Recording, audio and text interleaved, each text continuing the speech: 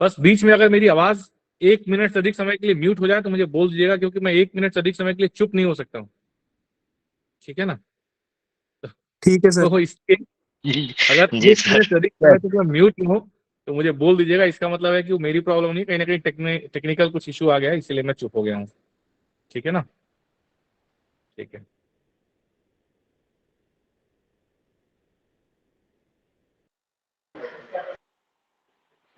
आवाज गई sir. 1 minute हुआ नहीं था अभी, लेकिन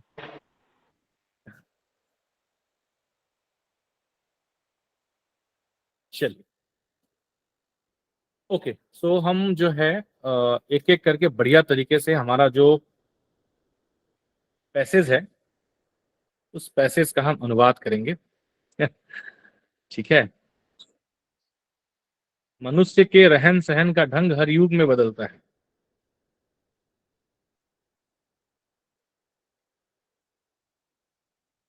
मैं 30 सेकेंड्स वेट करूंगा आप लोगों के रिप्लाई के लिए। जो रिप्लाई करना चाहे रिप्लाई कर सकते हैं, इसलिए मैंने आपको अनम्यूट करके रखा हुआ। The lifestyle The of lifestyle man of human. changes in every age. हाँ जी। The lifestyle of man changes in every age.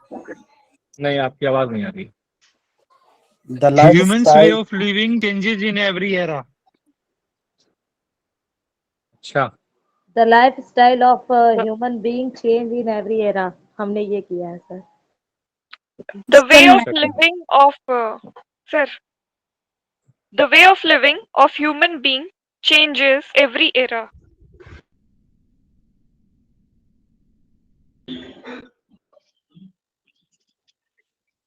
मेरा सेंटेंस पढ़ी तो एक बार अनुवाद का।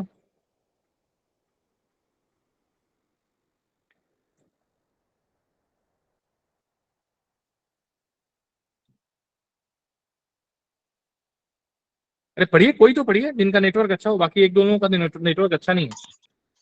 Every era Every marks era changes in humans' humans' way of life. life. मैं बार बार कहता हूं कि जब भी आप हिंदी से अंग्रेजी लिख रहे हैं, अनुवाद कर रहे हैं, तो अंग्रेजी अनुवाद इस प्रकार से करना है कि अगर ऊपर वाला सेंटेंस, यानी कि अगर हम लोग इस ऊपर वाले सेंटेंस को हटा दें तो नीचे वाला सेंटेंस पढ़ के ऐसा नहीं लगे कि ये अनुवाद किया हुआ सेंटेंस, ऐसा लगे कि इसी तरीके से लिखा गया है। ऐसा लग रहा है शैली आपको? एमए इंग्लिश वाले बताएं। जी सर। चलिए, यह स्वाभाविक है। This is It is natural. natural. This is obvious. This is obvious, it's natural. ठीक है, दिस इज ऑब्वियस बहुत अच्छा सेंटेंस है। This is It obvious is बहुत अच्छा intrinsic. सेंटेंस। हाँ, स्त्री पुरुष तो अपने स्वभाव के अनुसार। आप लोगों की आवाज इतनी ज्यादा कट रही है। अच्छा, ओके, मेरे वाईफाई से मेरा फोन कनेक्टेड नहीं है इसलिए। ओके, चलिए। हाँ सर इट्स नेचुरल नहीं कर सकते? हाँ, कर सकते हैं, किया तो है मैंने।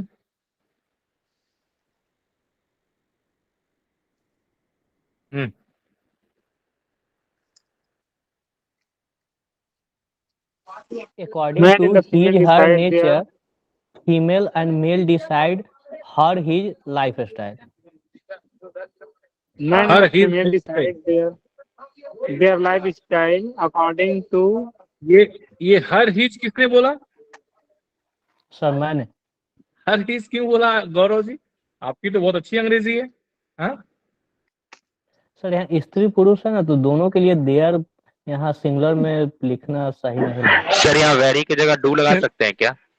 हाँ? Men and women do determine their lifestyle as per their nature. To determine का अगर हम हिंदी वेरी अनुवाद डिटरमाइन करेंगे की तो क्या होगा? जगह डिसाइड लिख सकते हैं सर। सुनिए मेरी बात। टू डिटर, देखिए वही बात, उस इस वाले पैटर्न पे आप लोग वापस जाएंगे तो फिर हम लोग सेशन नहीं कर पाएंगे कि सर ये लिख सकते हैं। देखिए, लिखने को कुछ भी लिख सकते हैं। यहाँ 50 लोग हैं, 55 60 लोग हैं इस सेशन में, 60 65 लोग सेशन में हैं। 60 65 लोग इस वाक्य को 60 65 तरीके से कर सकते हैं।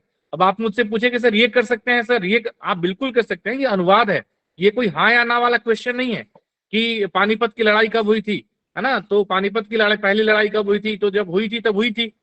उसके बदले आप कुछ और नहीं लिख सकते, आपको वही लिखना है। वैसा यहाँ तो है नहीं ना, यहाँ पे क्या है, अनुवाद है। अनुवाद के लिए शब्द जो है अलग अलग आप प्रयोग कर सकते हैं, लेकिन मेरे कहने, हमारा ये प्रैक्टिस का मतलब ये है कि जब यहाँ 3 4 5 लोगों ने जो अनुवाद किया वो बताएंगे, शेयर करेंगे, हमें समझ में आएगा कि एक बेस्ट ट्रांसलेशन क्या निकल के आएगा। हम लोग जो करके लेकर के आते हैं, हम प्रयास करते हैं कि एक ऐसा अनुवाद आपके समक्ष रखें जो जिसके लिए बहुत ज्यादा वेटिंग की आवश्यकता ना पड़े।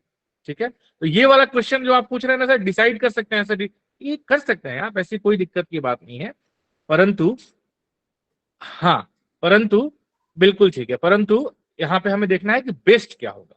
ठीक है ना, बेस्ट क्या होगा, कहीं आपको डाउट आ रहा है, कहीं किसी वाक्य में समस्या आ रही है, वहां आपने क्वेश्चन रेज करना है। ये वाला क्वेश्चन जो आपने किया है सर, ये मैंने किया है वैसा कर सकते हैं क्या सर, तो कर सकते हैं, है ना, ऐसा गलत नहीं है।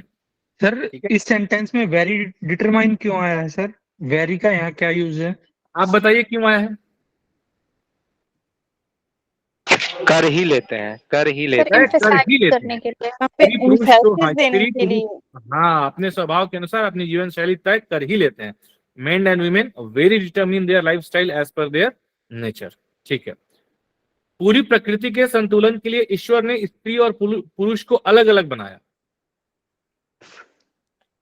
For the balance of entire nature, God हाँ, created female and male aloof. Aloof, Yes. Sir, ALOOF। God made man and woman differently for balance of whole nature. Okay, To balance the nature, God created man and woman. the Almighty created men and women separately for the balance of the entire nature। ठीक है, आप सभी लोगों sir को ऐसा लिख सकते हैं क्या, God has made women separate from men for balancing of whole nature? नहीं, क्योंकि पूरी प्रकृति, देखिए, has created men different from women अलग चीज है। यहाँ पे स्त्री को पुरुष से अलग बनाया ऐसा नहीं लिखा है, स्त्री और पुरुष को अलग अलग बनाया। यहाँ पे ऐसा नहीं कि स्त्री की पुरुष से तुलना की है, कि पुरुष को स्त्री की तुलना में अलग बनाया, स्त्री को पुरुष की तुलना में अलग बनाया, ऐसा नहीं है। दोनों को यहाँ पे अलग अलग सेपरेट इंटाइटी के रूप में यहाँ पे दोनों की व्याख्या दी हुई है। इसीलिए the almighty created men and women separately for the balance of the entire nature। Sir मेरा और एक प्रश्न है। सर वो स्लाइड शो कीजिए ना।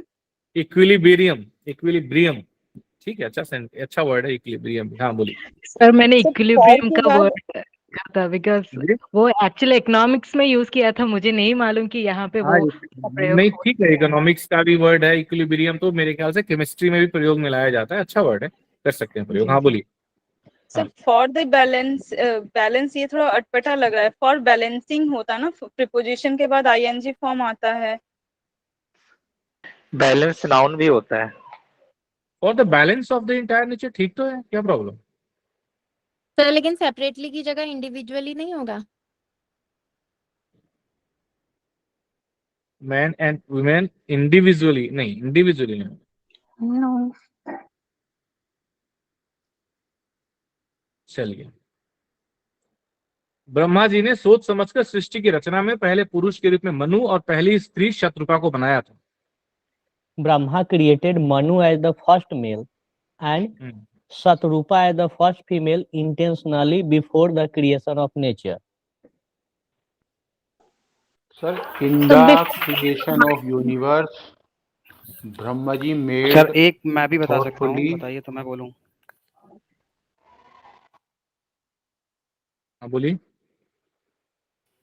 Brahma ji had thoughtfully created Manu, the first man, and Shatrupa, the first woman, in the creation of the universe. Sir, in the creation of universe, Brahma ji made thoughtfully create Manu in the form of first man and Shatpuri for first women। Sir हमने ये दिया है, assignment में लिखा था। हाँ, ये assignment वाला ही है। अपलोड किया हुआ है सर। बहुत अच्छा।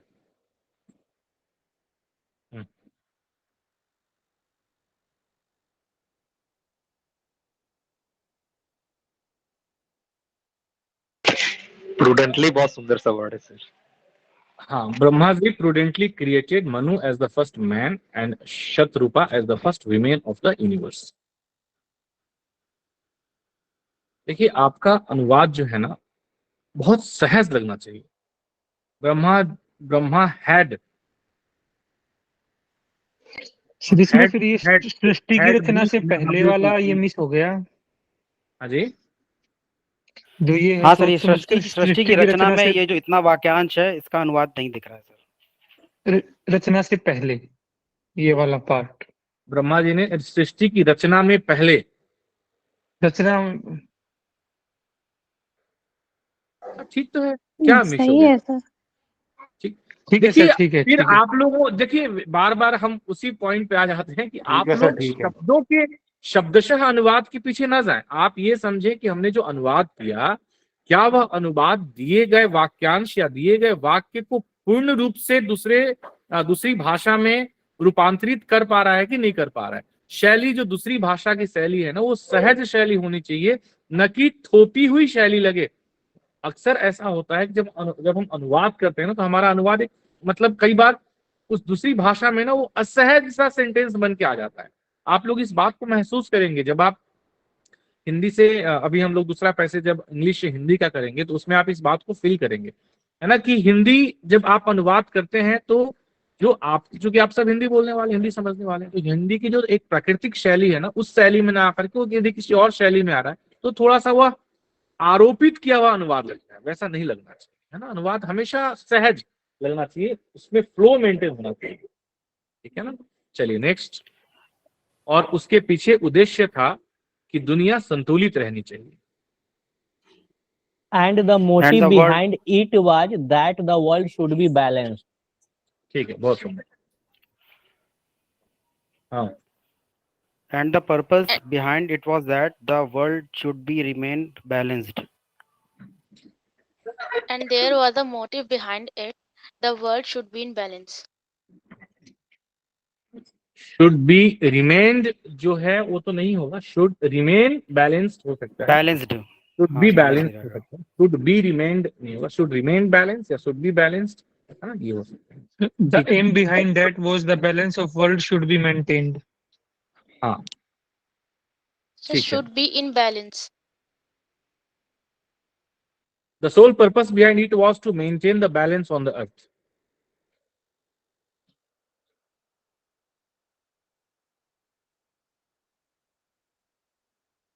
ठीक है Ashwin, and the purpose behind that was to maintain motive। एक बहुत अच्छा शब्द आ रहा है इसमें, तो हम लोग उद्देश्य के लिए मोटिव कर सकते हैं, पर्पस कर सकते हैं, है ना, ऑब्जेक्टिव कर सकते हैं सर, ऑब्जेक्टिव कर सकते हैं, बिल्कुल ये आप इस्तेमाल कर सकते हैं, to maintain the balance on the earth. Sir लेकिन धीरे धीरे एक अजीब सा असंतुलन उभर आया। सर हाँ सर, सोल पर्पस क्यों आया सर? सोल पर्पस मतलब देखिए, सोल पर्पस मतलब ये हुआ कि जो वाक्य जो हमारा गद्यांश है ना, वो जो कहता आ रहा है, उस गद्यांश से ये समझ में आ रहा है कि इसके पहले के सेंटेंसेस को आप देखें तो उससे यह समझ में आ रहा है कि ये अलग अलग मैन और वुमेन बनाने का, आपको हमें ये समझना है कि अलग अलग मैन और वुमेन जो बनाया भगवान ने, तो उसके पीछे भगवान जो ये जो पैसेज, ये ऐसा नहीं कि हम अपनी तरफ सोच रहे हैं, जो पैसेज कहना चाहता है कि उसके पीछे केवल क्या उद्देश्य था, हाँ केवल क्या उद्देश्य था कि दुनिया संतुलित रहनी चाहिए, इसलिए सोल शब्द का यहाँ पे प्रयोग किया गया। इसको आप ओमिट भी कर सकते हैं, ये अगेन डिपेंड करता है, मैं करूंगा अनुवाद तो मैं तो सोल डाल के करूंगा, है ना, आप चाहें तो इसे ओमिट भी कर सकते हैं, ठीक है। मुझे ऐसा लगा कि the sole purpose behind it was to maintain the balance on the earth, अगर मैं लिखता हूं तो ये जो वाक्य हिंदी में कहना चाहता, इसको अंग्रेजी में मैं पूरी तरीके से जस्टिफाई करता हूँ, ठीक है। इसको आप ओमिट भी कर सकते हैं, it can be omitted also. लेकिन धीरे धीरे एक अजीब सा असंतुलन उतर आया। But a strange imbalance came out gradually.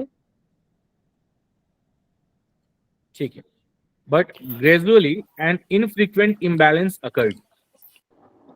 Sir इसको ऐसे बोल सकते हैं sir, but a weird disruption came gradually.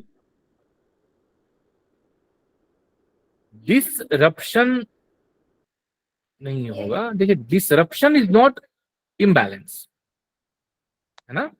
Disruption अलग चीज है, इम्बैलेंस अलग चीज है।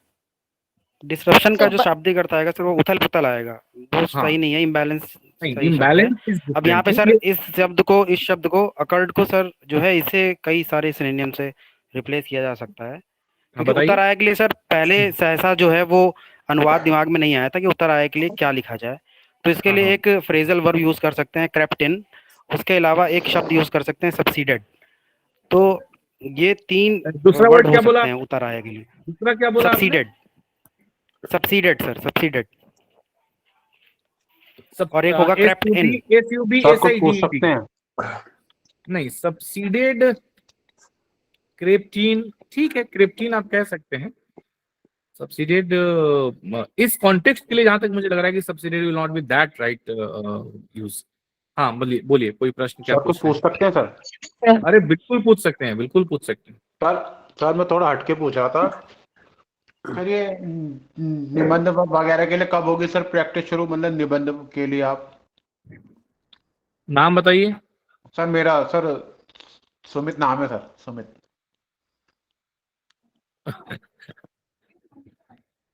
सर सुमित। निबंध की जल्दी प्रैक्टिस शुरू करेंगे सुमित जी। जी सर। आपने बोला कि सर मुझे थोड़ा हटके पूछना है, तो मैं सोचा थोड़ा मतलब थोड़ा सा हटके पूछेंगे, आपने इतना हटके पूछ दिया कि मैं एकदम हक्का-बक्का रह गया। सर इसका एक अनुवाद जो मुझे नजर आ रहा है वो थोड़ा सा और चाहे तो लगभग, क्योंकि अनुवाद का अर्थ बहुत जो क्लोज पहुंच जाए, तो मुझे ऐसा लगता है कि इसका अनुवाद ये भी हो सकता है, but gradually a strange imbalance came into existence, यानी एक इम्बैलेंस उतर आया या एक इम्बैलेंस अस्तित्व में आया। ठीक है, ये भी कर सकते हैं।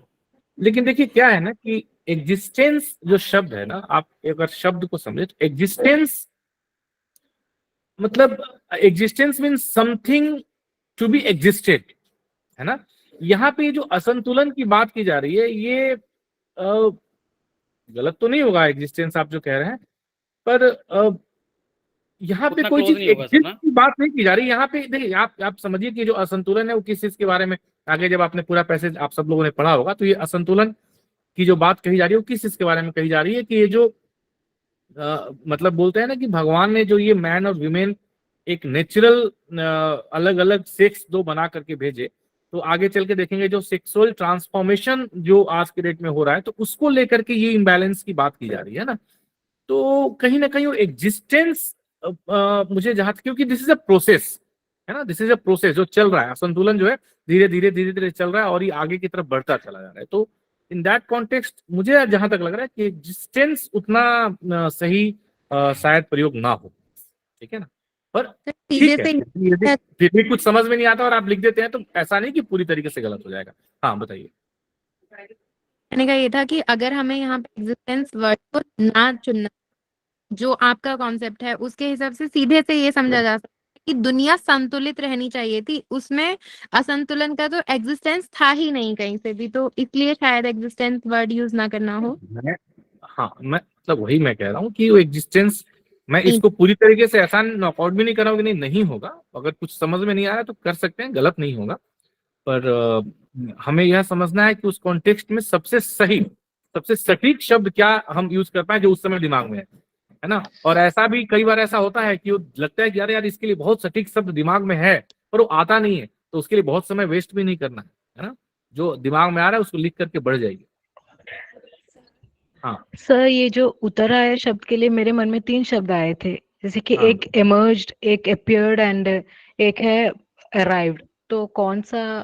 नहीं, अराइव्ड नहीं, emerged भी नहीं, appeared, हाँ emerged नहीं बोल सकते, appeared अच्छा शब्द है जो हम यहाँ पे प्रयोग में लेकर ओके सर। appeared धीरे धीरे एक, देखिए आप समझिए जो असंतुलन उतर आया कहने का क्या मतलब है कि ये धीरे धीरे ना, धीरे धीरे चेंजेस हुआ, ग्रेजुअली द चेंजेस अकर्ड, है ना, धीरे धीरे चेंजेस हुआ और माइंडसेट में चेंजेस आया, एटीट्यूड में चेंजेस आया लोगों के, है ना, और लोगों के माइंडसेट में चेंजेस आया, थॉट प्रोसेस में चेंजेस आया। सो ये धीरे धीरे हुआ। So appeared, yes appeared can be said, occurred can be said, जो अभी आप में से किसी ने क्रेप्टिन कहा था, एक फ्रेजल वर्ब, ठीक है ना, धीरे धीरे वो रेखते रेखते वो चीजें आ गई, मतलब उस तरीके से अगर आप उसको उस सेंस में समझे तो क्रेप्टिन उतर आया, बहुत अच्छा फ्रेजल वर्ब है। तो इस तरीके से ऐसे वर्ड्स जो बहुत नजदीक हो वह यूज कर सकते हैं, है ना। ठीक है, पिछले दिनों अमेरिका यात्रा में मेरा एक व्यावसायिक संस्थान में जाना हुआ। In recent days, during America trip, I went to a commercial institute. In the past days, I had to visit a commercial institution during my journey in America. During my Recently, recent during my visit, visit to America, I had to visit an industrial institute. Sir मैं बोल देता हूँ अब. During During my my recent visit, America tour in last few days, I happened to visit a business institute. Recently, during my trip to America, I went in a financial institute or a commercial institute. हाँ,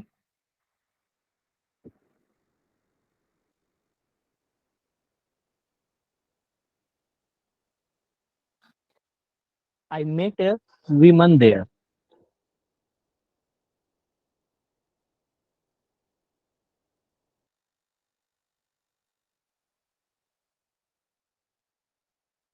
He was similar to a woman in conversation. there I got familiar with a lady. देखिए familiar ठीक है, there I got there I got familiar with a lady, there I was introduced with She a was lady. exactly like a lady. Sir yeah, acquainted भी लिख सकते हैं ना? लिख सकते हैं, there I was acquainted with a lady, एक स्त्री से मेरा परिचय हुआ, बोल सकते हैं। देखिए आप ये जो कहना जो चाह रहे हैं ना, मूल रूप से आप जब कहीं गए, है ना, तो सबसे पहले आप किसी से मिलेंगे, फिर उनसे आपका परिचय होगा, है ना। तो there I met a woman, वो कहना यही चाह रहे हैं कि हाँ, there I came across a woman, ये भी बहुत अच्छा है। Came across is also very good word that we can use here. बातचीत में वो बिल्कुल महिला जैसी ही थी। सर केम अक्रॉस का मतलब तो अचानक, मतलब किसी से मिल जाना, वो वहां पर भी इस्तेमाल करते हैं सर। हाँ, तो अचानक ही मिल जाना, कोई प्लान मीटिंग तो थी नहीं। जी सर। सर यहाँ सी हमको ही लग रहा था कि ही होना चाहिए। ही क्यों होगा? यहाँ हम जब पढ़ रहे थे तो उस समय लग रहा था कि कंपेयर किया जा रहा है। नहीं, she was exactly like women. नहीं कंपेयर किया जा रहा है। During whole conversation, she seemed like any other normal woman. Sir resemble का यूज कर सकते हैं सर। सेंटेंस बोलिए। She resembles A women. Yes sir. बिल्कुल कर सकते हैं, बिल्कुल कर सकते हैं। नहीं सर, रिजेंबल क्यों होगा? रिजेंबल तो तब होगा जबकि किसी के साथ तुलना करनी हो। किसी के जैसा दिखता है, जैसे कि मेरे फादर के जैसा दिखते हैं, माँ के जैसा, कुछ इस तरह रिजेंबल होता है। नहीं देखिए, आप बिल्कुल आप सही कह रहे हैं। हाँ, ये बट यहाँ भी एक जेंडर की तरह रिजेंबलेंस की बात की जा रही है ना। यहाँ पे एक जेंडर सीम्स का बोल सकते हैं। हाँ सर, इन कम्युनिकेशन की जगह हम ये लिख सकते हैं कि behaviour wise she was like woman या she was exactly like woman behaviour wise. नहीं, व्यवहार में नहीं थी ना, बातचीत में कहा जा रहा है ना कि बातचीत में, ड्यूरिंग कम्युनिकेशन, ड्यूरिंग कन्वर्सेशन, है ना, ऐसे ड्यूरिंग कम्युनिकेशन, ड्यूरिंग कन्वर्सेशन ऐसे बोल सकते, ड्यूरिंग इंटरेक्शन बोल सकते हैं ना। During interaction she was exactly like a woman, during conversation she was exactly like. Sir Aishwarya ji लिख रही हैं फेमिनाइन के यहाँ पे यूज करिए, फेमिनिन, तो वो भी अच्छा लग रहा है। हाँ बताइए, पूरा सेंटेंस बताइए।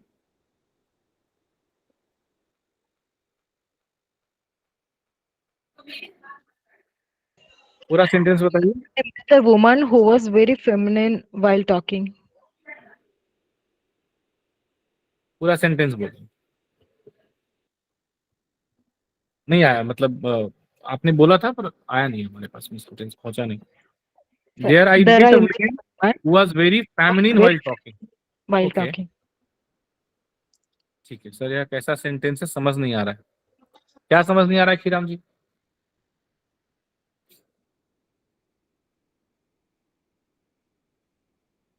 चलिए, लेकिन धीरे सर से यहाँ मुझे पर ये बोला पता है। लेकिन धीरे से। हाँ आप बोलिए सर। हाँ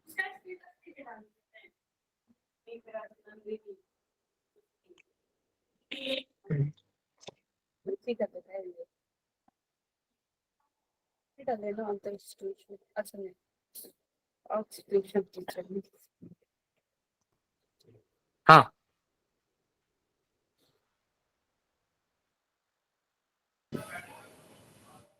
But gradually I was informed that he is a man and he willingly accepted to a woman. But it was gently said to me that he is a man and he accepted to be a woman voluntarily. But silently I was told that she was a man and she sir accepted यहाँ to पर be a मतलब क्या woman होता है कि voluntarily.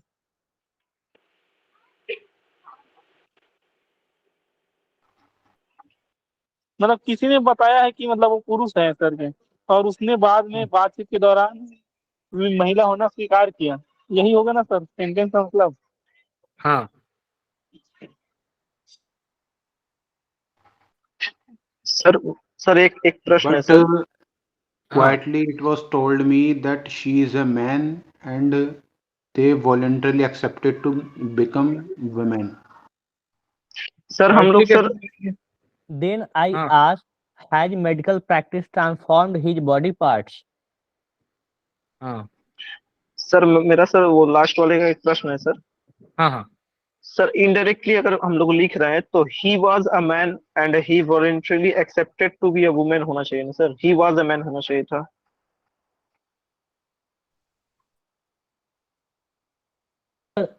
एक question और आ रहा है कि सर यहाँ क्या डायरेक्ट स्पीच का यूज किया जा सकता है? Then I asked, उसके बाद हाँ ये इस सेंटेंस में ये जो सेंटेंस ठीक है, आप बंटी जी सही बोल रहे हैं, बट आई वाज हाँ that he was a man and he voluntarily accepted to be woman, ठीक है। या we will change it to a watch. Sir यहाँ डूअर प्रेजेंट नहीं है तो सर इसका पैसिव ही बनेगा, एक्टिव नहीं बनेगा। क्या बनेगा पैसिव? सर ये सेंटेंस है ना जिसे कि but gradually I was informed, मतलब मुझे बताया गया, मुझे सूचना दी गई। तो सर इसमें ही के साथ इज बिल्कुल सही है कि वह पुरुष है, कि वो जो मैन, इसमें वाज क्यों आएगा सर? नहीं बट सर मेरे हिसाब से तो इसमें नहीं आएगा। नहीं नहीं नहीं I was he was a man and he voluntarily accepted to be a woman, was he आएगा, was is right. Sir Hindi का वाक्य भी में तो चेंज होगा कि वह पुरुष हिंदी में था। है, बिल्कुल सही कह रहे हैं आप, हिंदी में है, लेकिन हमने यहाँ पे जो है चूंकि इस सेंटेंस को हम इनडायरेक्ट स्पीच में लिख रहे हैं ना, तो उस केस में जो हमारा ये रिपोर्टिंग स्पीच होगा तो उसका जो वर्ब है, जो रिपोर्टिंग वर्ब है, that will be as per the यहाँ पे आई वॉज विस्पर, ये तो he was a man and he was, ठीक है, was is the correct use. तब मैंने पूछा कि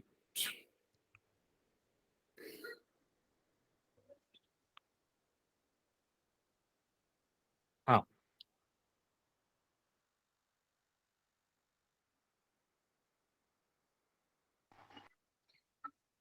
Then I asked if his body parts had been changed through medical treatment. Then I asked whether his organs has been transformed medically. Sir यहाँ organs जो लिखा है उसके लिए हैव लगना चाहिए सर। डायरेक्ट स्पीच में लिखा जा सकता है? हाँ जी, क्या सर इस सेंटेंस को डायरेक्ट स्पीच में लिखा जा सकता है यहाँ? बताइए कैसे? जैसे सर जो आपने इनडायरेक्ट लिखा है, देन आई आप सेंटेंस बताइए, सेंटेंस बताइए। Then I asked has medical practice transformed his organs?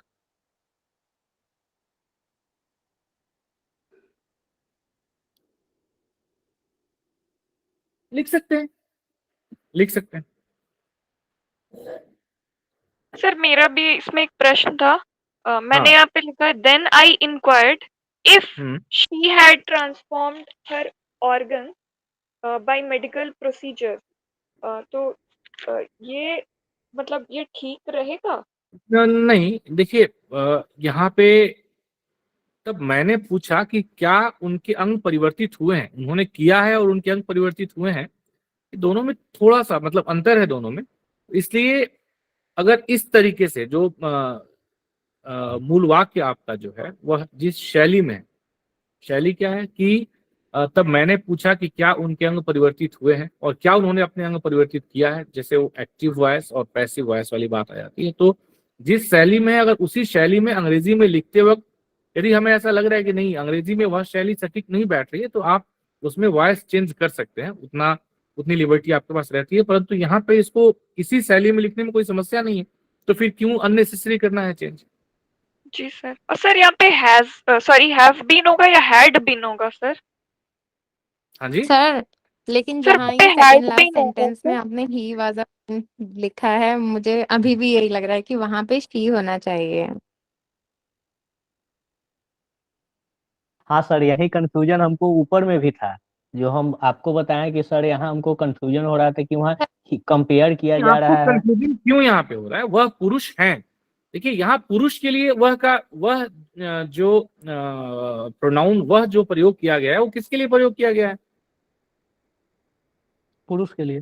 पुरुष के लिए। और पुरुष क्या है? सर तब यहाँ पे ये भी तो बोल लेकिन यहाँ पे वह तो महिला बन गई, मतलब बन गया है ना। अरे अब महिला हाँ बन सर, गया जो है, बिल्कुल मतलब जिस नहीं है। सर शुरुआत में भी यही बोला गया है ना, there I met a woman, वहाँ देखिए एक स्त्री महिला से से मेरा मतलब, परिचय हुआ। हाँ वो ठीक है, वो ठीक है। वहां पे कहा गया है कि स्त्री से मेरा परिचय हुआ, आई मेट अ वीमेन। जब हम वीमेन के लिए प्रोनाउन लगाएंगे तो शी लगाएंगे।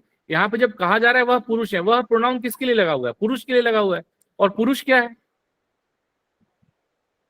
सर स्वेच्छा के लिए विलिंगली लिख सकते हैं। बट सर उनके बाद पीछे ये भी तो लिखा हुआ है कि उसने महिला होना स्वीकार किया। एक्चुअल में तो वो वापिस पुरुष ही था ना, नहीं सर?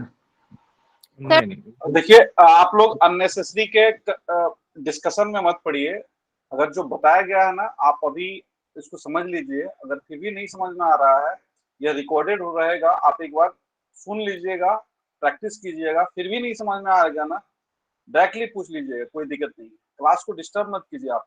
आप लोग अगर बताया जा रहा है कि वह पुरुष है, वहां ही होगा, सी नहीं होगा, तो आपको इसे एक्सेप्ट कर लीजिए अभी लॉजिकली। अगर नहीं समझ में, आप फिर भी अगर किसी लॉजिक की वजह से आप इसको एक्सेप्ट नहीं कर पा रहे हैं ना, अगले सेशन में या फिर कभी भी 24/7 हम अवेलेबल है, कभी भी आप पूछ लीजिएगा।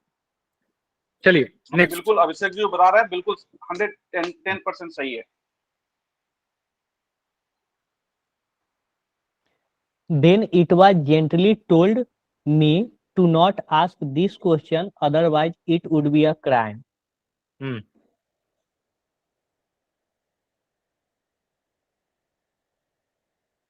Then I was warned to not repeat this question, otherwise it would be taken as a crime.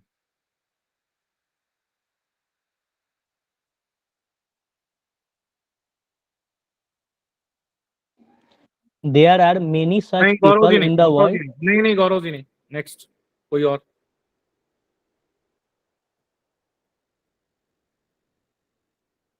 बाकी लोग क्या कर रहे हैं? Atiksha ji, Sanskar ji. Including America, there are many people all over the world who are undergoing voluntary sex change.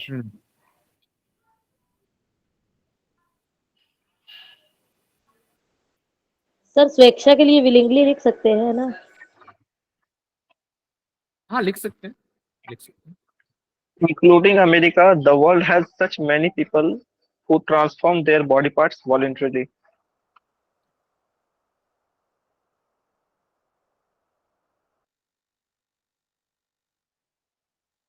हाँ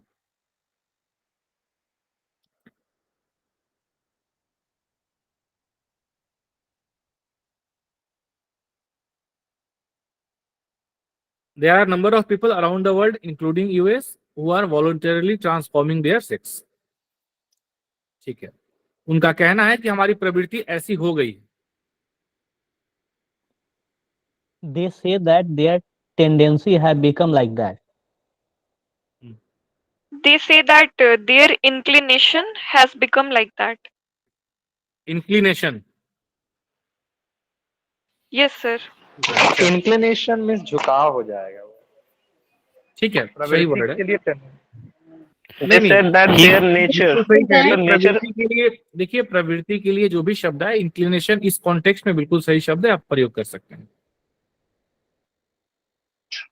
sir nature behaviour ये sir sentence बताइए आप, वर्ड वाइज नहीं। वो देखिए कोई भी अनुवाद में ना सेंटेंस जब पूरा बताएंगे तब शब्द का सही अर्थ समझ में आएगा, शब्द का सही भाव समझ में आएगा। एक शब्द बोलेंगे समझ में नहीं आएगा, पूरा सेंटेंस बोलिए। they said that their nature has become like that. ठीक है, they say that they have developed the kind of tendency, है ना, उन्होंने ऐसी प्रवृत्ति उनके अंदर में डेवलप हो गई है। ठीक है, इंक्लिनेशन ठीक है, because they say that their nature has become so. ठीक है, ठीक है। अब वो इस वृत्ति के कारण एक अलग ढंग का अधिकार मांग रहे हैं। They are demanding a unique right because of this instinct. ठीक है, now they are seeking a different right because of this mindset. यहाँ पे यूनिक कैसे होगा? अलग ढंग का, उसके लिए यूनिक आप कैसे यूज कर रहे हैं? शब्दों का चयन करना है, लेकिन आप एप्रोप्रिएट तो देखिए। यूनिक बिल्कुल ही सुटेबल नहीं होगा, अवॉइड कीजिएगा यूनिक। Okay sir. हाँ, आगे बढ़ते हैं। यह विचार दुनिया को कहाँ ले जाएंगे, इसका उत्तर शायद ब्रह्मा जी भी ना दे पाए। This thought will lead the world where even this question will not be answered by Brahma. ये क्या अनुवाद है Gaurav ji? This thought will lead the world where? ये सही है? शब्दानुवाद कर पा रहे हैं। Where these thoughts will take the world, even Brahma ji may not be able to give an answer. Where will this thought take? ये होना चाहिए ना Sir, not even Lord Brahma would be able to answer where this notion would lead our world to. Very nice, very nice. Thank you, sir. ये last वाला sentence लिख करके comment में डालिए। बहुत अच्छा अनुवाद किया है आपने। जी धन्यवाद सर। जी,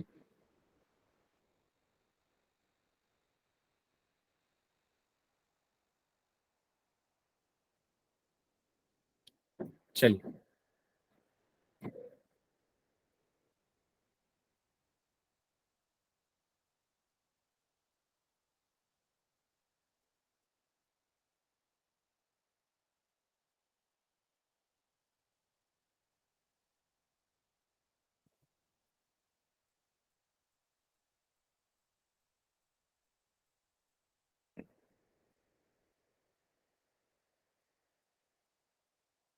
लास्ट वाला सेंटेंस आप डाल दीजिए मैसेज बॉक्स में, चैट बॉक्स में। किसने किया था? नाम नहीं दिखा था मुझे। सर सिमरन जी। हाँ सिमरन जी, उसको डाल दीजिए। ठीक है,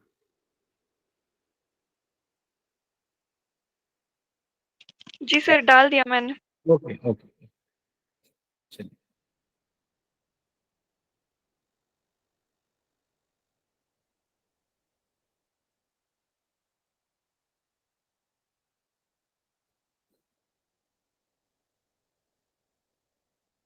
Though large segment of Indian population has been swarmed by the availability of information, the discretion to dissect and analyze every news item is not a popular attribute. हालांकि भारतीय आबादी का एक बड़ा हिस्सा सूचना की उपलब्धता से प्रभावित रहा है, लेकिन हर समाचार को विच्छेदित करने और उसका विश्लेषण करने का विवेकाधिकार एक लोकप्रिय विशेषता नहीं है।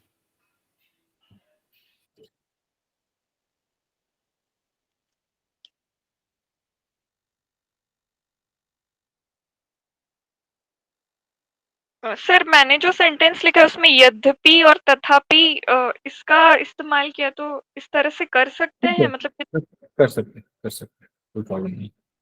सर मैं एक बार पढ़ सकती हूँ? हाँ बताइए।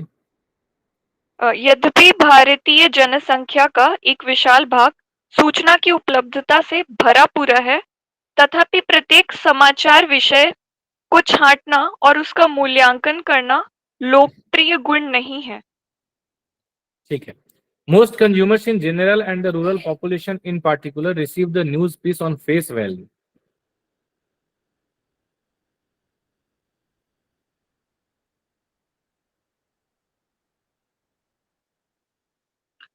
आमतौर पर अधिकांश उपभोक्ता और खास तौर पर ग्रामीण जनसंख्या अंकित मूल्य पर समाचार प्राप्त करती है।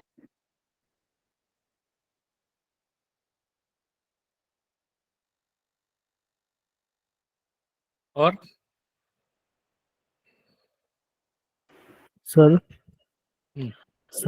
सामान्य तौर पर अधिकांश श्रोता और खास तौर पर ग्रामीण श्रोता समाचार सामग्री को जस का तस ग्रहण करते हैं। जस का तस ग्रहण करते हैं क्यों? Receive the news piece on face value, इसका अर्थ क्या हुआ, इसका मतलब क्या हुआ? जैसे देखते हैं बस उसी को लेते हैं, उसी को समझ नहीं पाते behind the meaning, behind the curtain. देखिए हाँ, यहाँ फेस वैल्यू कहने का मतलब है कि जो व्यक्ति न्यूज पढ़ रहा है ना, उसके फेस वैल्यू पे ज्यादातर लोग न्यूज, मतलब ये कहना ये चाहता है कि जो व्यक्ति न्यूज बता रहा है ना, जो न्यूज रीडर है या जो जर्नलिस्ट है जो न्यूज बता रहा है, उसकी फेस वैल्यू पे ज्यादातर लोग उस सूचना या उस समाचार की जो प्रामाणिकता है उसके ऊपर वो लोग भरोसा कर लेते हैं कि प्रामाणिक है। यहाँ इसके कहने का यही अर्थ है। सर फेस वैल्यू का एक और अर्थ होता है। हाँ, जैसे कोई बुक हम पढ़ते हैं, उसमें जो लिखा हुआ है बस उसी को समझ लेते हैं, और कोई डीप रीडर जो होते हैं, रीडिंग बिटवीन द लाइंस, जो लिखा हुआ है उसके अंदर जाके उसको मतलब को समझते हैं।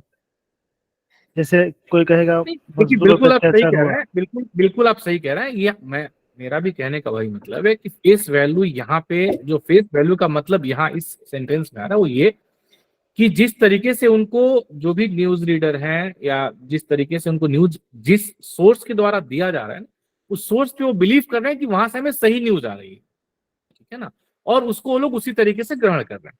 ठीक है। Efforts are not made to scrutinise, आगे सेंटेंस में एक चीजें क्लियर हो जाती है कि एफर्ट्स आर नॉट, देखिए एक सेंटेंस से केवल हमें उसका अर्थ नहीं ग्रहण करना है, हमें जब हम, क्योंकि यहाँ हमें पैसेज का अनुवाद करना है, न कि एक सेंटेंस का अनुवाद करना है। अब आप देखिए efforts are not made to scrutinise the report and decipher the final unsaid elements. बताइए इसको। सर रिपोर्ट की विवेचना एवं उनके छुपे सूक्ष्म अनकहा मतलब को समझने के लिए कोई प्रयत्न नहीं किया जाता। सर एक बार प्रीवियस वाला स्लाइड थोड़ा देखना है। हाँ बताइए क्या है सर, एक बार प्रीवियस वाला स्लाइड थोड़ा सा।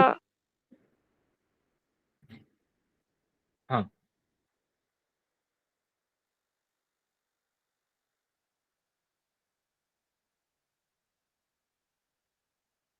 जी सर, धन्यवाद सर। सर लास्ट वाला जो सेंटेंस था उसका मैंने अनुवाद नहीं देखा था इसीलिए। अच्छा चलिए। Efforts are not made to scrutinise the report, ये अनुवाद आप लोगों के एप्लीकेशन में अपलोड भी हो गया है ना?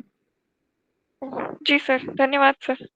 ठीक है। Efforts are not made to scrutinise the report and decipher the final unsaid elements.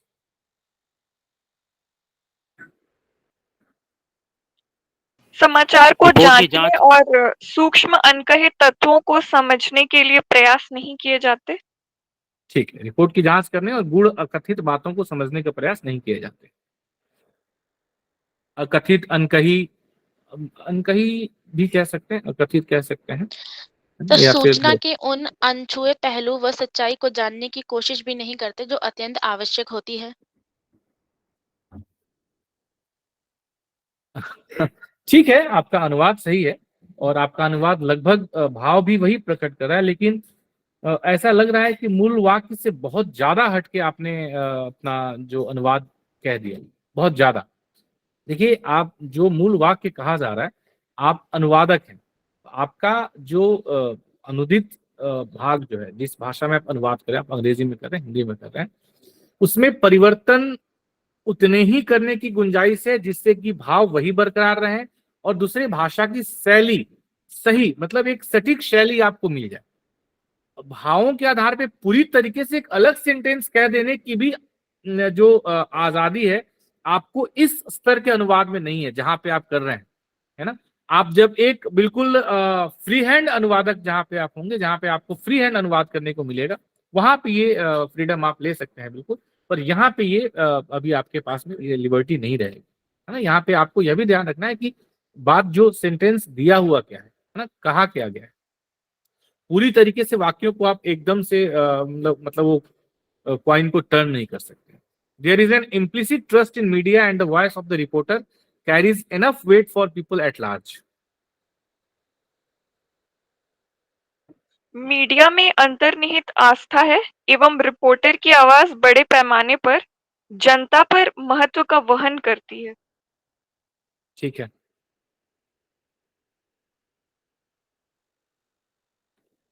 देखिए जो जिसका अनुवाद आपको जितना अच्छा लग रहा है सुनने में, बहुत सारे लोगों ने अनुवाद किया और कह रहे हैं जिन्होंने जो जितना जिनके अनुवाद को सुनने में आपको लग रहा है कि बहुत अच्छे स्तर का अनुवाद किया गया है, इसका मतलब उन्होंने समय दिया है और समय देकर के अनुवाद किया है। ऐसा नहीं है कि ये सारे शब्द आपके पास नहीं है या आप इन शब्दों को नहीं जानते हैं, बस ये है कि जब आप अनुवाद कर रहे होते हैं उस समय ये शब्द आपको नहीं आते हैं, वो दिमाग में स्ट्राइक नहीं करते हैं। क्यों नहीं करते हैं? क्योंकि थोड़ा आपको समय देना पड़ेगा, सोचना पड़ेगा और निरंतर अभ्यास करना पड़ेगा।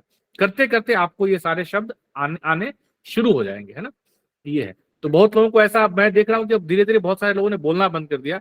आप लोगों को ऐसा लगने लगा कि हमारा स्तर बहुत कम है, पर कोई समस्या की बात नहीं, थोड़ा समय दें, बिल्कुल हो जाएगा। ठीक है। मीडिया में एक अंतर्निहित विश्वास है और रिपोर्टर की बात बड़े पैमाने पर लोगों के लिए अत्यंत मायने रखती है। With its ability to highlight misgovernance and plight of the common man, media is seen as the voice of the masses.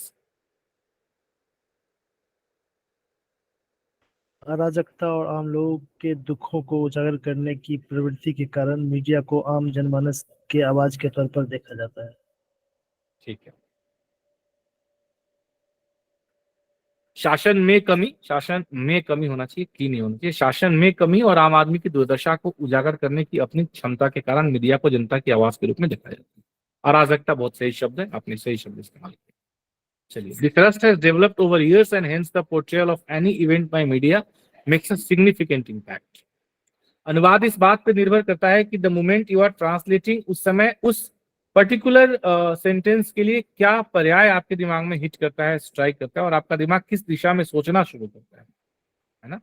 तो इसीलिए जितना ज्यादा अनुवाद हम करेंगे उतना सही दिशा, उतना सही डायरेक्शन हमें मिल पाएगा सही और सटीक अनुवाद करने के लिए, सही शब्दों का चयन करने में उतनी ज्यादा मदद मिलेगी।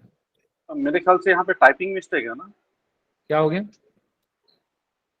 दिस ट्रस्ट है ना फर्स्ट वाला word. This trust has developed over years and hence the portrayal of any media, event by media. हाँ सही है, ट्रस्ट होना चाहिए, रस्ट हो गया है इसमें। जी सर ये सेंटेंस कॉन्ट्रडिक्टरी लग रहा था। हाँ एक्चुअली था, मैं भी जब अनुवाद कर रहा था तो मुझे भी लग रहा था कि रस्ट क्यों है। संतोष जी बिल्कुल आप सही पकड़े हैं। मुझे लग रहा था कि रस्ट क्यों यूज किया गया। मैं काफी इसके मतलब भाव में पकड़ने का प्रयास कर रहा था कि इस कॉन्टेक्स्ट में रस्ट का मतलब क्या होगा। This trust has developed over media, बिल्कुल सही है। ठीक है, चलिए ट्रस्ट, हम इसे ट्रस्ट कर देते हैं और ट्रस्ट के अनुसार आप इसका अनुवाद बताएं। लेकिन सर रस्ट के अनुसार भी अनुवाद करते किए थे। कोई बात नहीं है, इसको आप ट्रस्ट मान।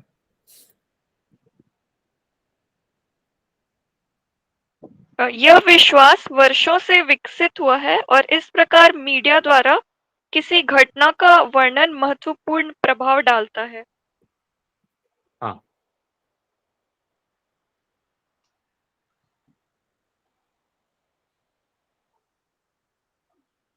ठीक है।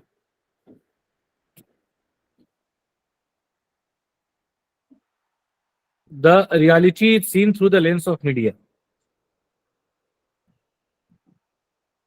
वास्तविकता मीडिया की नजरों से देखी जाती है। ठीक है। And this underlines the need of all the more sincerity and ethics in journalism in times of communal discord. और यह सांप्रदायिक कलह के समय पत्रकारिता में और अधिक निष्ठा और नैतिकता की आवश्यकता को रेखांकित करता है। ठीक है, और यह सांप्रदायिक वैमनस्यता के इस दौर में पत्रकारिता में और अधिक ईमानदारी और नैतिकता की आवश्यकता को रेखांकित करता है। ठीक है, चलिए, ये दो पैसेज जो है, इन दोनों पैसेज को मैंने आपके क्लासरूम में भी अपडेट कर दिया है, पर ये थोड़ी बहुत जो मतलब करेक्शंस हैं उसको मैं कर दूंगा। और ये जो हमारी मॉडलिटी थी आज की, लगभग इसी मॉडलिटी में हम जो भी हमारे लाइव क्लासेस करेंगे। और कल के लिए एसे का टॉपिक है, उसके टॉपिक है आपका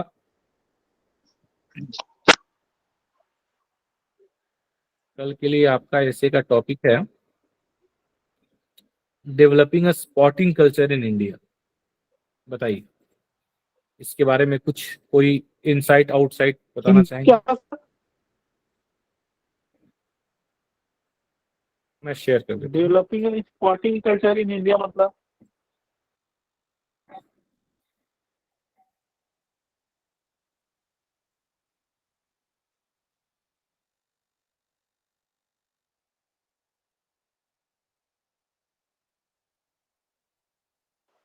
और जितने भी अभ्यर्थी हैं, आप सबसे मैं एक विशेष सुझाव देना चाहता हूं कि जब आप अनुवाद कर रहे हैं या दूसरा कोई भी अनुवाद अपना बता रहा है कि सर ये है, आप लोग केवल अपनी बात रखने के पीछे दूसरे को सुनना मत बोलिए, आप लोग सुनिए, इसलिए कि सुनना उतना ही इम्पोर्टेंट है जितना कि बोलना।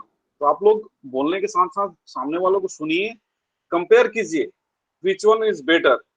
सही सब है, आप भी सही है, सामने वाला भी सही है, जो स्क्रीन पे दिखाया जा रहा है वो भी सही है। आपको ये डिसाइड करना है, समझना है कि which one is better, more appropriate, और फिर उसको एक्सेप्ट करना है, उसको सीखना है। तो आप लोग याद रखिए कि दूसरे को भी सुनना है, केवल बोलने के पीछे सुनना भूलिए मत। ठीक है, ठीक है, ये कल का आपका ऐसे का टॉपिक है developing a sporting culture in India. कोई पूछे सर स्पोर्टिंग कल्चर का मतलब क्या है, यहीं से शुरू करते हैं। क्रीड़ा संस्कृति, स्पोर्टिंग कल्चर में भारत में खेल क्रीड़ा संस्कृति सर। खेल संस्कृति का विकास। हाँ, मतलब क्या, इसका क्या अर्थ क्या हुआ, डेवलपिंग स्पोर्टिंग कल्चर का मतलब क्या? मतलब सर कि मतलब किस तरीके से इंडिया डेवलप कर रहा है स्पोर्ट के फील्ड पढ़ोगे में। लिखोगे तो होगे नवाब, और खेलोगे कूदोगे तो होगे खराब। ये जो माइंडसेट था इंडिया में, है ना, बदल है, परिवर्तित हो गया, परिवर्तित हुआ है। और अब लोगों को यह बात समझ में आने लगी है कि खेलों में भी अच्छा फ्यूचर है, खेलों का महत्व क्या है। हाँ, खेलों का महत्व क्या है, और खेलना जरूरी क्यों है ना। आजकल जो काउंसलर्स वगैरह हैं बच्चों के लिए, वो ये कह रहे हैं कि नहीं, बच्चों को खेल कूद के लिए आपको बिल्कुल समय देना चाहिए, दिन रात पढ़ो ऐसा नहीं कहना चाहिए। तो that is what is the topic, कि किस तरीके से भारत में एक स्पोर्टिंग कल्चर डेवलप हो रहा है। बताइए क्या क्या व्यूज हैं आप लोगों के इसके बारे में।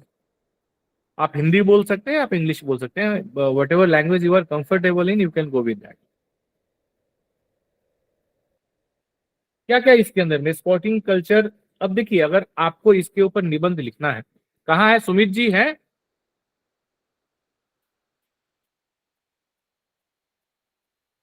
सुमित जी हैं सेशन में?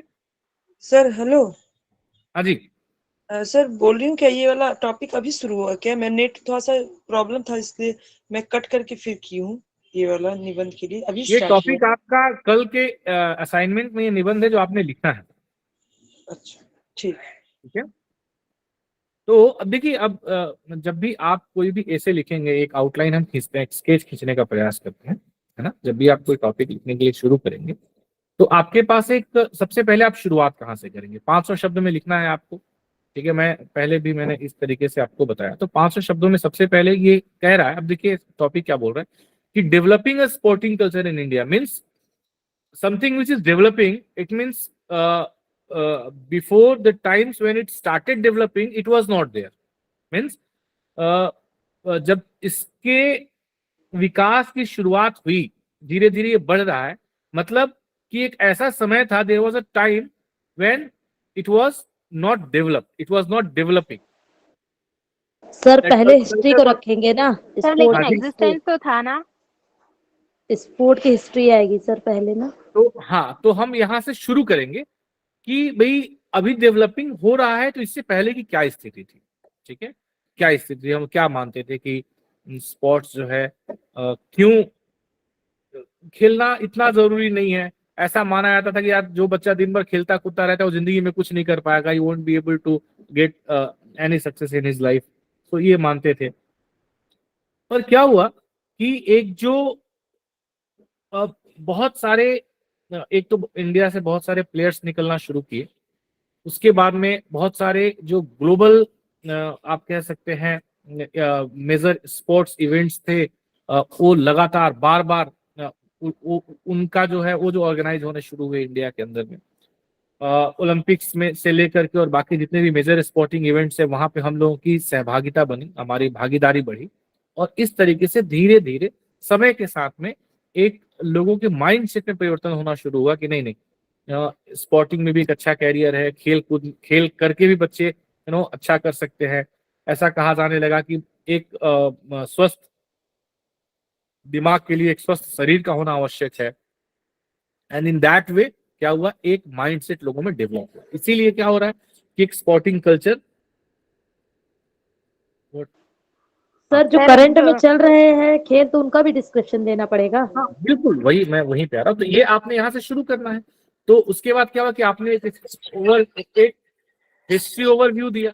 हिस्ट्री ओवरव्यू देने के बाद में फिर आपने क्या बताना है कि अगर आप बता सकते हैं, फैक्ट रखना चाहते हैं कि क्या क्या उपलब्धि इस क्षेत्र में हमने हासिल करी है, आपने उसका एक ओवरव्यू रखना है कि इस क्षेत्र में ये सारी उपलब्धियां हुई। अगर आपके ध्यान में कुछ आ रहा है, कुछ ऐसे नाम आ रहे हैं जो बड़े नाम है खेल के क्षेत्र में, जिन्होंने अंतर्राष्ट्रीय स्तर पे ख्याति प्राप्त करी है, फिर आप ये कह सकते हैं कि भारत में जो जैसे नीरज चोपड़ा ने गोल्ड मेडल जीता, हाँ नीरज चोपड़ा हो गए, या उसके अतिरिक्त आप ये एक देखिए, इसको आप इस तरीके से भी रिलेट कर सकते हैं कि आज की दुनिया जो है, चूंकि एक तरीके से देखा जाए तो हम जो भी कर रहे हैं, मतलब एक कैरियर के हिसाब से आप बच्चों के लिए सोचते हैं, तो सोच के सेंटर में हम ये चाहते हैं कि हमारा बच्चा अच्छा पैसा कमाए। मतलब एक तरीके से क्या कहेंगे उसको,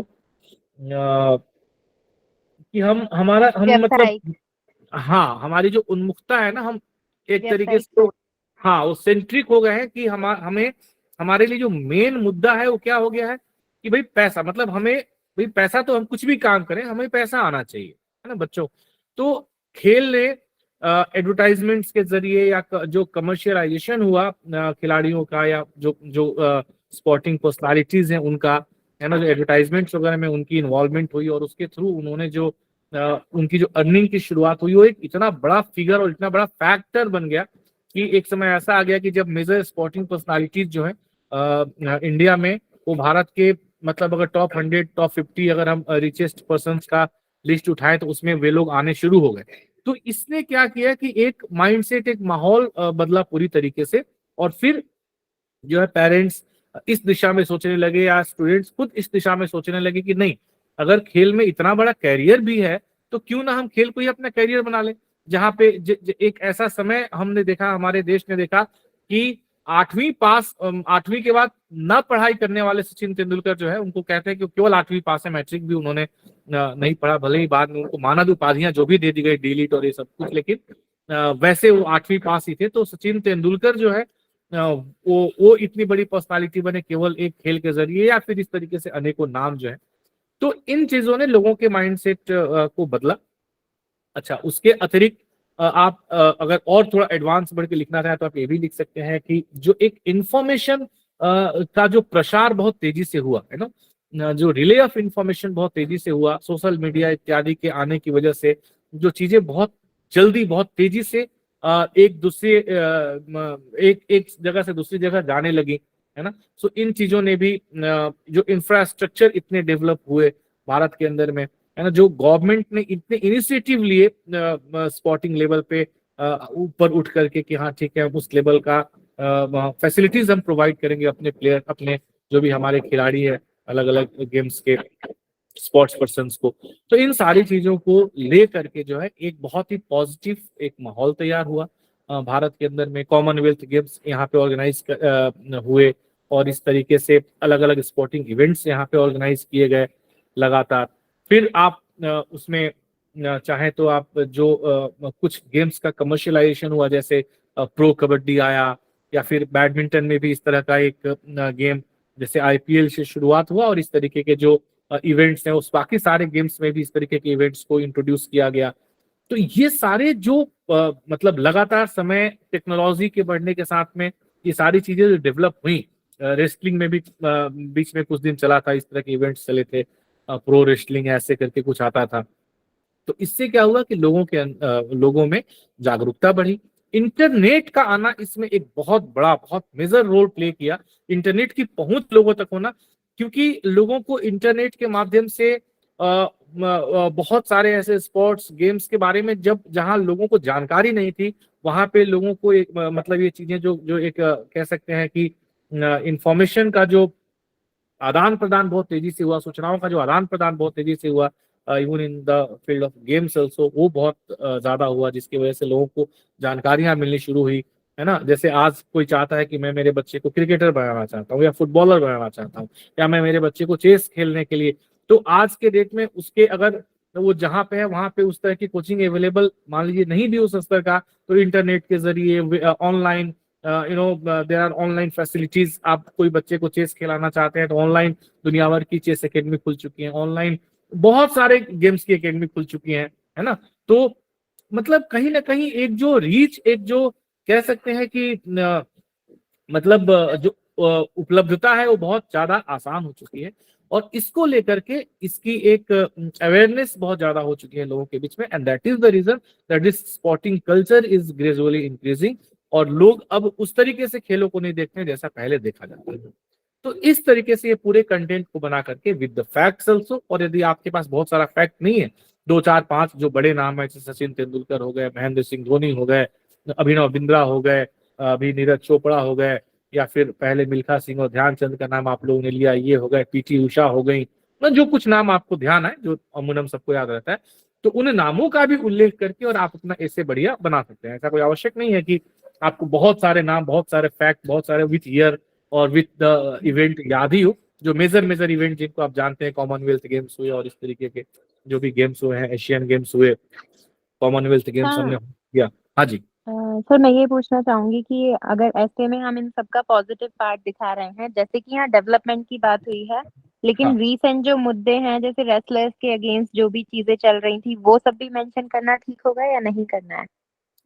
देखिए, टॉपिक आपका developing a sporting culture in India है, ठीक है ना। तो जहां तक मुझे लगता है कि इतना एनालिटिकल जाना शायद उतना उचित नहीं होगा, है ना। यहाँ पे आप एक भारत में किस तरीके से स्पोर्टिंग कल्चर डेवलप करा इसकी बात करें, ठीक है। Negative side, there is always a negative side in everything. ऐसा कोई सेक्टर नहीं यहाँ पे नेगेटिव सेड नहीं है। ये चीजें कुछ हाईलाइट हो जाती हैं, जैसे रेस्लर के अगेंस्ट में जो हाईलाइट हुई है, तो मैं ऐसा नहीं कहता हूं कि आप उसका उल्लेख ना करें। अगर आप चाहें, अगर आपको लगता है कि नहीं मुझे करना चाहिए, you can very well do it, कर सकते हैं। अगर आपको लगता है कि 500 शब्दों में आप अपने उस थॉट को जस्टिफाई करके लिख पाएंगे, ऐड कर पाएंगे, तो आप जगह दीजिए, कोई ऐसी बात नहीं है ना। और जहाँ पे हम डेवलपिंग स्पोर्टिंग कल्चर की बात करें, तो मुझे जहां तक लगता है कि पॉजिटिव वे में आपको अपने ऐसे को डेवलप करना चाहिए और 500 शब्दों में खत्म करना चाहिए। सर, ये तो एक मेरा हाँ, एक मिनट, ये मेरा व्यू हो गया। इसके अतिरिक्त मैं आप सभी लोगों को इनवाइट करता हूँ, क्योंकि देखिए किसी भी टॉपिक के ऊपर ऐसे में सबके पास कुछ अलग अलग पॉइंट्स होते हैं, और ये जो चर्चा हम करेंगे प्रत्येक लाइव सेशन में एक किसी न किसी टॉपिक को लेकर के, तो उस चर्चा का उद्देश्य ये होगा कि 5 10 20 लोग, जो भी लोग अपने थॉट्स साझा करें, और फिर उन सभी थॉट्स को, उन सभी आइडियाज को, सभी विचारों को हम एक जगह क्यूमुलेटिव करके और फिर एक अच्छा ऐसे आप सब लोग लिख करके और मतलब एक अच्छा ऐसे आपका बन के निकल गया, ठीक है। बताइए सर, मुझे ये बोलना था कि इंट्रोडक्शन के टाइम पे हम महाभारत काल और रामायण काल वाला ये तीरंदाजी और इस तरह के चीजों को मेंशन कर सकते हैं। क्या उससे आप क्या साबित करना चाहेंगी या क्या कनेक्ट करेंगी? जहाँ पे रूट दिखाना हो स्पोर्ट्स का इंडिया में, इंडियन कल्चरल रूट गेम्स के लिए। देखिए, अगर आप कनेक्ट कर सकती हैं तो कर लीजिए, कोई प्रॉब्लम नहीं। कनेक्ट होना चाहिए, जो चीजें आप कह रही हैं वो कनेक्ट होना चाहिए। आपको ये भी ध्यान रखना है कि आपको 500 शब्दों में खत्म करना है, और आपका जो मुख्य उद्देश्य है, जो मुख्य विषय है, हाँ बिल्कुल सही कह रहे हैं भरत जी, और मैं वही कहना चाह रहा हूँ, जो मुख्य विषय है वो क्या है, वो वर्तमान में जो स्पोर्टिंग कल्चर डेवलप, जैसे वो होता है history of games in India, अगर ऐसा मान लीजिए आपका टॉपिक रहता, तो या ऐसा भी टॉपिक रहता फ्यूचर, अगर मान लीजिए फ्यूचर के बारे में कहने के लिए लिखने के लिए कह देता तो ठीक है, फ्यूचर को बेहतर समझने के लिए इतिहास को समझना जरूरी है। पर यहाँ पे कह रहा है कि अभी जो एक कल्चर, स्पोर्टिंग कल्चर डेवलप हो रहा है, उसके बारे में आपसे लिखने के लिए कहा जा रहा है, तो ज्यादा उचित ये होगा कि आप टू द पॉइंट रहें, क्योंकि बहुत बड़ा ऐसे लिखने का स्कोप आपके पास में नहीं। सर हाँ जी सर, ये ज्यादा इम्प्रेसिव ऐसे के लिए टॉपिक्स मतलब हर एक पैराग्राफ में होना जरूरी है, बिना टॉपिक के जस्ट पैराग्राफ चेंज कर करके जाना ज्यादा बेटर होगा? नितिन जी, आप वापस फिर उसी पॉइंट पे मैं पिछले सेशन में अटेंड नहीं कर रहा हूँ, प्लीज अगर बता नहीं दें। ये तो कितने सारे सेशन में इस बात पे हमारी चर्चा हो चुकी है, और मैं कई बार ये बात कह चुका हूँ, है ना, कि ये अगेन कई सारे, जैसे पीछे तो बहुत चर्चा हुई थी कि सर ये फला प्रोफेसर ने कहा है कि आप बिना टॉपिक दिए लिखिए, और फला यूनिवर्सिटी के बुक में लिखा गया है कि बिना टॉपिक दिए आप लिखिए। बिल्कुल लिखिए, कोई प्रॉब्लम नहीं है। ये दो चीजें हैं, दो फैक्टर्स है इसमें। पहला फैक्टर है कि nature of the topic, topic का नेचर कैसा है, और दूसरा फैक्टर है कि आपके लिखने की शैली क्या है, इस पे डिपेंड करता है। मैं तो हमेशा स्टैंड करता हूं कि अगर मुझे लिखना होगा तो मैं तो टॉपिक दे के लिखूंगा, क्योंकि मुझे ऐसा लगता है कि टॉपिक दे के बहुत लोग बोलते हैं कि ये बच्चों की तरह लगता है, ऐसा लगता है कि आप 10th स्टैंडर्ड का एशे लिख रहा है, लेकिन मुझे ऐसा लगता है कि हम यूपीएससी के मेंस के एग्जाम नहीं दे रहे हैं, हम एक भाषा अधिकारी बनने जा रहे हैं।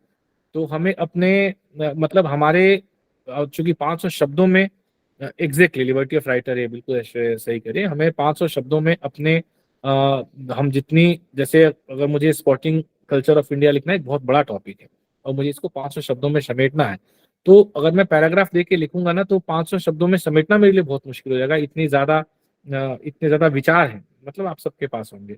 तो मैं क्या करूंगा कि अपने विचारों को नैरेट करूंगा, तो नैरेट करके ना, तो नैरेट करूंगा, तो अगर मैं उसको उसके लिए एक हेडिंग देके नैरेट करूंगा, तो क्या है कि उस हेडिंग में क्या होता है ना, कि नॉर्मली आप एक हेडिंग में बहुत सारी बातें कह देते हैं, है ना, और उसके बाद उसके बारे में संक्षेप में 3 4 5 7 लाइन लिख दिया, बस खत्म। तो ऐसा सेटिस्फेक्शन आ जाएगा कि नहीं जितना कहना था उतना मैंने हेडिंग में लिख दिया है, भले चूंकि मेरे पास वर्ड्स की लिबर्टी नहीं है, इसलिए मैंने बातें संक्षेप में कह दी हैं, लेकिन मेरा हेडिंग मेरी कहीं ना कहीं जो मेरे विचार हैं उनको वह व्यक्त कर पाया है, और मैं अपनी बातों को जांचकर्ता तक पहुंचा पाया हूं। तो ये मेरा ऐसा स्टैंड रहता है। बाकी बिल्कुल मैं ऐसा नहीं कहूँगा कि आप ऐसा करें, आपको अगर लगता है कि नहीं आप बिना हेडिंग दिए अगर बेहतर लिख पाते हैं, आप बिल्कुल प्रैक्टिस करके वैसा लिखिए। सर कितना हेडिंग दे सकते हैं, मतलब एक निबंध में कितना हेडिंग मिनिमम रहना चाहिए, मिनिमम या मैक्सिमम? नहीं, ऐसा कोई मिनिमम मैक्सिमम की बात नहीं है। मुझे ऐसा लगता है कि जैसे एक आपने निबंध शुरू किया, तो आप शुरू में एक तो प्रस्तावना लिखेंगे, जरूर लिखेंगे, प्रस्तावना या परिचय जो भी है, उसकी हेडिंग आपको देने की आवश्यकता नहीं है ना। ऐसा नहीं कि प्रस्तावना या परिचय लिख के हेडिंग देके लिखा, नहीं, कोई जरूरी नहीं है, आप सीधा लिखना शुरू करें। पर आपके दिमाग में जो ये चल रहा है ना कि हाँ फर्स्ट पार्ट ऑफ माई एसे मैं कर रही हूँ, मैं प्रस्तावना या परिचय लिख रही हूँ, तो वो आपने लिख लिया।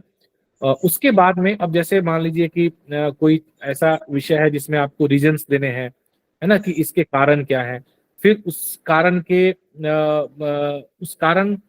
वो कारण क्यों है ना, मतलब कुछ प्रॉब्लम्स से संबंधित अगर है, जैसे सर इसी टॉपिक को लेके अगर आप बताते तो हम लोग को समझ, क्योंकि ये वाला भी आप हम लोग को बहुत अच्छे से डिटेल्स में बताएं, डेवलपिंग। हाँ यही टॉपिक हम लेके चलते हैं। नहीं, ये टॉपिक उस तरीके का टॉपिक नहीं है जो मैं आपको बताना चाह रहा था, पर चलिए कोई बात नहीं, हम इसी टॉपिक को लेके चलते हैं। आपने इंट्रोडक्शन दे दिया कि भाई स्पोर्टिंग कल्चर क्या होता है, भारत में स्पोर्टिंग कल्चर किस तरीके से डेवलप हो रहा है, उसके बारे में थोड़ा सा आपने एक परिचय दिया, आपने थोड़ा सा एक ब्रीफ हिस्ट्री लिखा, फिर आपने लिखा कि स्पोर्टिंग कल्चर भारत में डेवलप हो रहा है तो उसके कारण क्या है ना, रीजंस क्या है, किन कारणों की वजह से स्पोर्टिंग कल्चर डेवलप हो रहा है, ये लिखा आपने।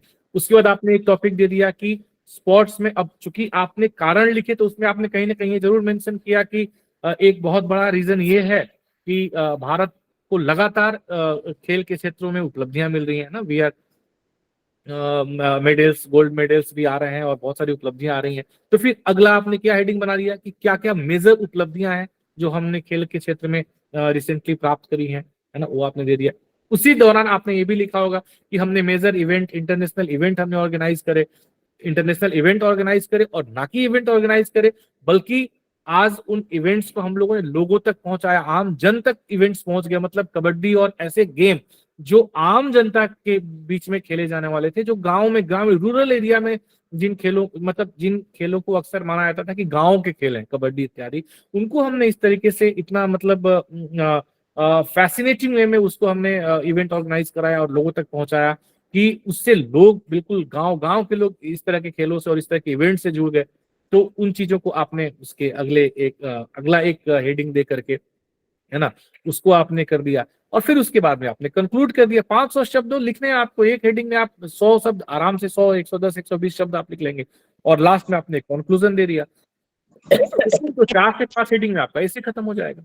सर आपकी बात समझ में आ गई। मतलब जो परिचय होता है वो परिचय नहीं देना है, मतलब परिचय हेडिंग नहीं देना है, उसके बारे में लिखना शुरू कर देना है। और उसके बाद जो उपलब्धियां, कारण या जो भी उसके विशेषताएं हैं वो हेडिंग दे देकर लिखते चले जाएंगे। और अंतिम में सर वो जो कंक्लूजन जो होता है, उपसंहार, वो भी उपसंहार मतलब प्रस्तावना और उपसंहार, ये हेडिंग नहीं देना है सर। और बाकी कोई मिडिल में जो जरूरत नहीं, हाँ बिल्कुल कोई जरूरत नहीं है। बीच में जो मुख्य पॉइंट आपको लग रहा है कि आपको, मतलब जैसे अगर आप चाहते हैं, आप ये बताना चाहते हैं इवेलुएटर को कि भाई मुझे स्पोर्टिंग अचीवमेंट्स के बारे में पता है, लेकिन मैं लिखने बैठूं तो 4-5 हजार शब्द चाहिए मुझे लिखने के लिए, है ना, इतना मैं जानता हूँ, तो नहीं लिख सकते ना, आपके पास तो है ही नहीं इसको। तो आप क्या लिखेंगे?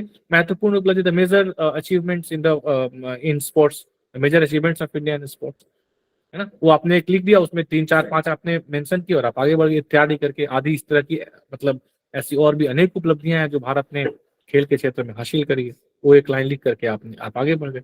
इट मीन्स की यू हैव कन्वेड, ये आपके पास में जानकारी है, लेकिन समय और शब्दों की कमी है, इसलिए आप नहीं लिख रहे हैं। सर जो ये कोटेशन होता है हिंदी या इंग्लिश का, वो हम लोगों को क्या अंतिम में देना सही होता है? कभी भी उपसंहार में अगर हम लोग दे रहे हैं तो उपसंहार बिल्कुल, के ये समय। आप हिंदी का, इंग्लिश का, संस्कृत का कोटेशंस, बढ़िया बढ़िया कोटेशन सही मैं आपको देने वाला हूँ बहुत सारे। पिछली बार भी मैंने दिया था, यूट्यूब पे मेरे वीडियोस भी हैं पड़े हुए हैं, जिसमें मैंने बहुत सारे कोटेशंस, बहुत सारी अच्छी अच्छी कविताओं की पंक्तियां मैंने अलग से दी थी, है ना। इस बार भी मैं देने वाला हूँ बहुत सारे आप लोगों को। मेरा तो, मुझे तो ऐसा लगता है कि आप अच्छा ऐसे लिखना है तो शुरुआत कीजिए बढ़िया कोटेशन से और कंक्लूजन में भी बढ़िया से लिखिए। और नहीं, कंक्लूजन में हेडिंग लिखने की कोई आवश्यकता नहीं है हम जी, आप लास्ट वाला एक सेंटेंस में आप कंक्लूड कर दीजिए, कोई जरूरत नहीं है निष्कर्ष लिख करके ही कंक्लूड करना, नॉट मच रिक्वायर्ड। चलिए ठीक है, तो ये है मैं इसके ऊपर कुछ राइटअप भी आपको दूंगा। ये जो टॉपिक है आप लोग कल इसे लिखें, सबमिट करें, और फिर हम इसके ऊपर चर्चा करेंगे। ठीक है, आज का सेशन हम यहाँ पे कंक्लूड करेंगे। बहुत लंबा सेशन रहा। हम ट्राई करेंगे कि जो पर डे का, क्योंकि समय बहुत इम्पोर्टेंट है, और जैसा संतोष जी ने आज आपसे कहा कि जो भी चर्चा हम करें, एक ऐसी चर्चा हो जो फ्रूटफुल हो, क्योंकि हम लोग जो भी सेशंस कर रहे हैं, जो भी अनुवाद कर रहे हैं, अनुवाद आपको हम ऑलरेडी दे रहे हैं। अगर कहीं किसी तरह की शंका आती है तो आप बाद में भी डिस्कस कर सकते हैं, क्लास को हम ऑब्स्ट्रक्ट ना करें। देखते हैं अगर इस तरह अभिषेक जी, जी अभिषेक जी, मैं अपने तरफ से फिर से एक क्लैरिफिकेशन देना चाहूंगा। डिस्क्लेमर समझिए, सफाई समझिए कि मेरा उद्देश्य बिल्कुल नहीं होता है किसी को हतोत्साहित करना। मैं मतलब अगर आप लोग को ऐसा लग रहा है कि सर थोड़ा सा लाउड वॉइस में बोल रहे हैं, डांट रहे हैं, आप लोग बिल्कुल ऐसा मत समझिएगा। मेरा उद्देश्य बिल्कुल क्लियर रहता है कि आप लोग कम समय में ज्यादा से ज्यादा समझ सकें, और इसी उद्देश्य को लेकर के मैं जो भी शब्द बोल रहा हूँ, आप, मेरा पर्पस बिल्कुल क्लियर है, मोटिव बिल्कुल क्लियर है। आप लोगों को मतलब आइदर वे मत लीजिएगा।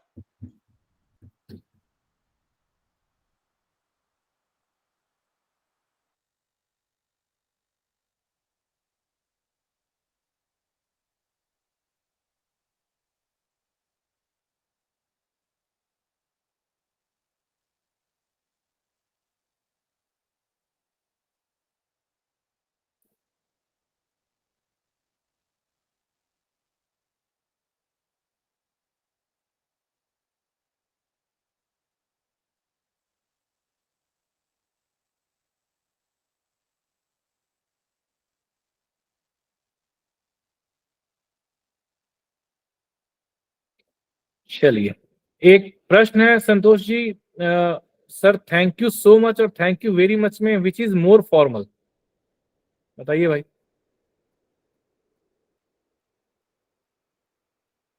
विच इज मोर फॉर्मल? फॉर्मल तो वेरी मच होगा। थैंक यू वेरी मेरे मच। अनुसार। हाँ बिल्कुल, नहीं बिल्कुल सही कह रहा है। Thank you very much is more formal and actually thank you very much is the correct form to say this। जो हम कहते हैं थैंक यू सो मच तो बाद में हम लोगों ने थोड़ा सा एफर्ट कम करने के लिए, मुझे जहां तक लगता है ना, तो thank you very much is more formal. And अगर आपको कहीं मुझे लगता है कि लिखने में प्रयोग में लेकर के आना है तो थैंक यू वेरी मच ही लिखना ज्यादा अप्रोप्रिएट रहेगा। सर यदि ऐसा कहा जाए कि मतलब ज्यादा ग्रेटफुल होने के लिए thank you so much use किया जाए